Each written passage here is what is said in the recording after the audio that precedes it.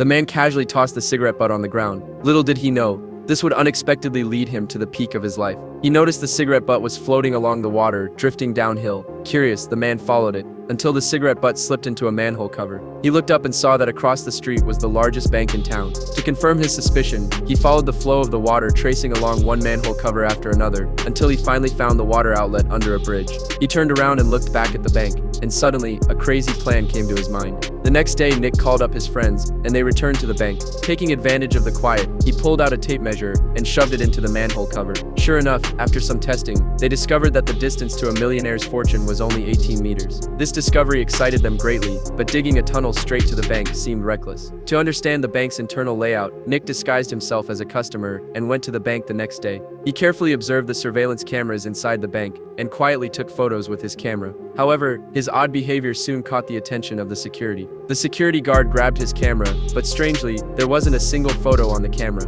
It turned out that Nick had already removed the memory card from the camera. He had purposely exposed himself to figure out the bank's layout. Back at home, Nick used his memory and drew the layout of the bank. Now all they needed to do was measure the distance from the manhole at the bank's entrance to the vault. But this was no challenge for Nick. He drew a line on a bicycle wheel, then started pushing the bike from the manhole cover's location. By counting the number of wheel rotations and applying the Pythagorean theorem, he easily calculated the exact length of the distance. With everything ready, they began digging the tunnel that night. However, just as the tunnel was about to be completed, they suddenly thought of a tricky problem: how to open the vault's large door. Since the bank had a lot of people coming and going every day, their actions could be exposed with the slightest mistake. At this point, Nick decided to abandon all their previous plans because he had come up with a better idea. Since the vault door couldn't be opened, they would pretend to rob the bank during the day. The vault door was always open during the day. They could arrange a group of people to stage a robbery up front, drawing everyone's attention away. This would give their teammates in the tunnel a chance to sneak into the vault, and they would have plenty of time to crack the safe.